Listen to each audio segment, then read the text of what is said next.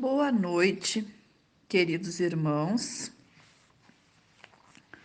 Bem-vindos, então, ao estudo do Evangelho, que visa, então, o entendimento das leis de Deus, os ensinamentos de Jesus, né?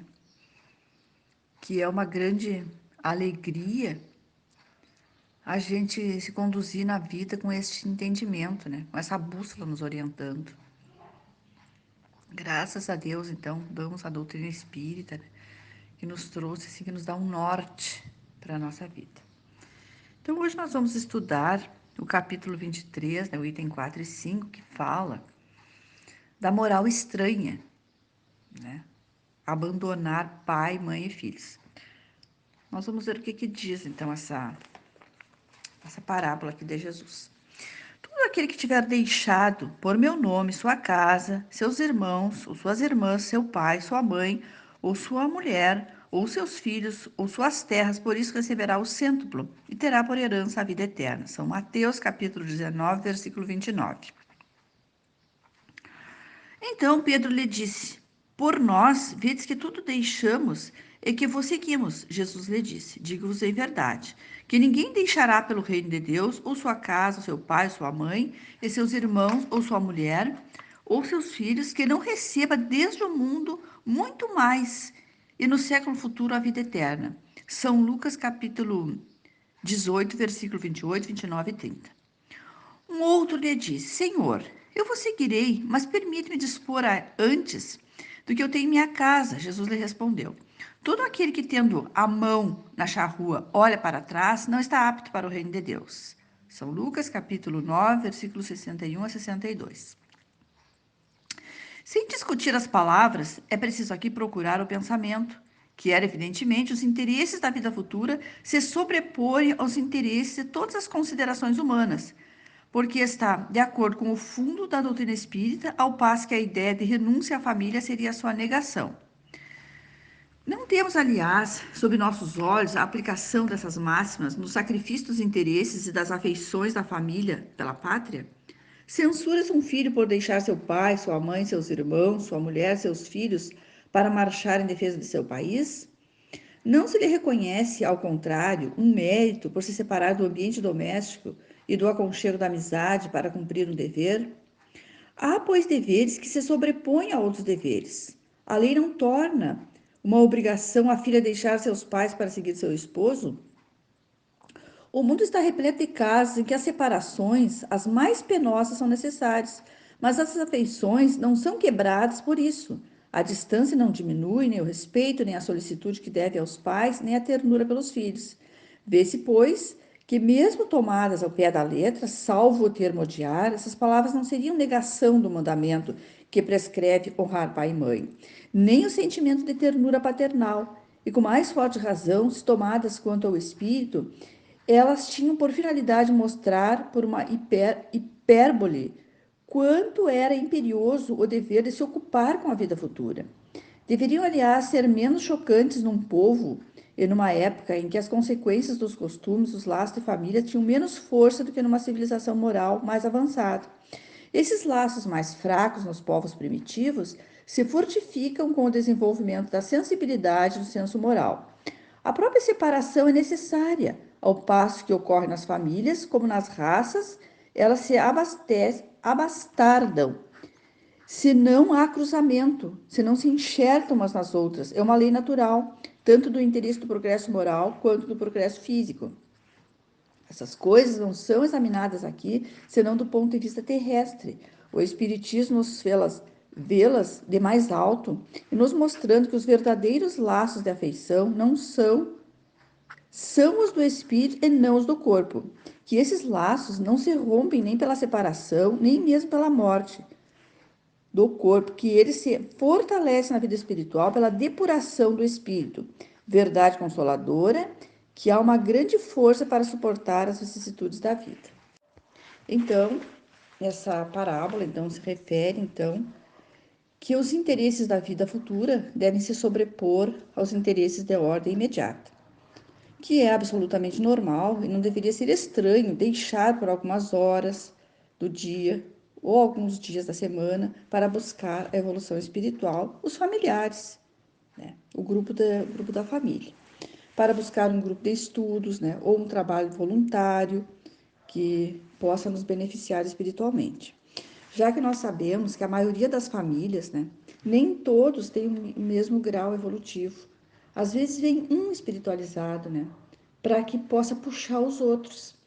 E um busca, um deixa a família e vai buscar, né, a evolução espiritual. Então, esse abandono é momentâneo, né? E acabará trazendo, então, benefícios a todos. Um exemplo que eu tenho aqui, né, é o exemplo da oração.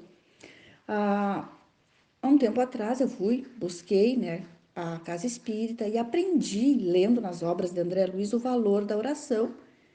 Passei a implantar no meu lar, o Evangelho no lar, e utilizar a oração. O que é a oração? A oração, ela cria fronteiras vibratórias. Ela não permite que espíritos menos esclarecidos possam penetrar no nosso lar quando é implantada a oração com seriedade, né? Então, aquilo ali beneficiou, né, toda a minha família, beneficiou todos.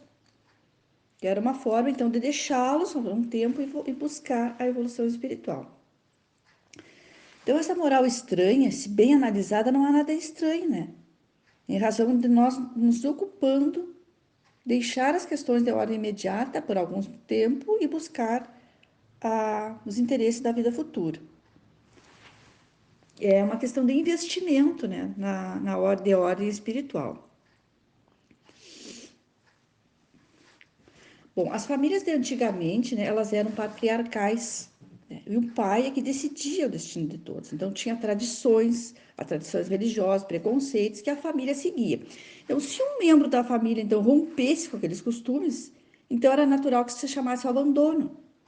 Digamos que algum deixasse para trás, né, algum interesse para seguir as orientações de Jesus, que na época eram bem diferentes, né, as questões da família. Nós temos o exemplo, né, de Divaldo Pereira Franco, né, o Divaldo não foi casado, não, mas ele tinha a mãe dele, as irmãs, que moravam todos lá na Mansão do Caminho com ele. E ele sempre deixou o aconchego do lar dele e saiu pelo mundo inteiro a levar os ensinamentos espíritas, as palestras, né? E graças a ele que deixou, né, a família, né, por algum momento, nunca deixou de dar a devida atenção à sua família, mas deixava por algum tempo para psicografar tantas obras, né, tanto entendimento que nós temos no dia de hoje, graças a esse irmão. E a tantos outros espíritas, né, também, que se colocam nesse mesmo sacrifício, digamos assim, né, para a nossa evolução, para trazer evolução para um número bem maior de pessoas. Nós falamos agora que nós estamos, né, os espíritos nos trouxeram as informações, que nós estamos entrando na era de Aquários, da regeneração. Só que esse mundo de regeneração, ele é construído, né, dentro de nós mesmos, né, dos nossos corações. E então depois, então vai ser refletir uma sociedade regenerada, mas nós temos que começar o trabalho em nós mesmos, né? Então, agora, esse momento que nos foi imposto, né, do fique em casa, né, eu estava refletindo esses dias, né, esse fique em casa, ele é mais abrangente. Não é só ficar dentro da nossa casa, ele é um ficar em casa para a gente refletir, para a gente ver por que eu passei, por que foram as minhas atitudes dessas e essas não trouxeram resultados positivos, então eu tenho que modificar. Então, nos foi colocado esse momento, né, para a nossa evolução espiritual, esse momento que foi colocado esse vírus, né, de ordem material, mas também está nos proporcionando um progresso espiritual. Então, a gente ouve falar as pessoas muito ansiosas para voltar ao normal, né? Como a gente ouve falar? Quando é que vai voltar ao normal? Mas talvez não fosse o normal, né? Talvez nós tivéssemos ainda que mudar algumas coisas, por isso estávamos caminhando na direção errada e tivemos que ter essa intervenção da espiritualidade. Talvez não estivesse correta a maneira que nós estávamos conduzindo, né? E foi preciso, então.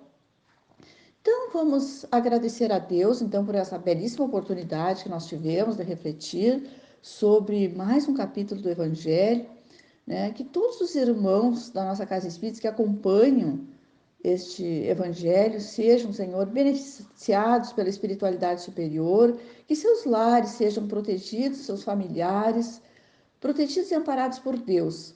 Que esse momento, Senhor, que nós estamos vivendo de recolhimento, possa trazer para todos nós, Senhor, o benefício que nós esperamos, né? Aí a nossa evolução, nosso autoconhecimento, que possamos estar em sintonia sempre com Jesus, com o nosso anjo guardião, e sempre procurando, Senhor, fazer o bem da forma que nós tiver ao nosso alcance. Que a paz do Cristo seja com todos nós e que assim seja.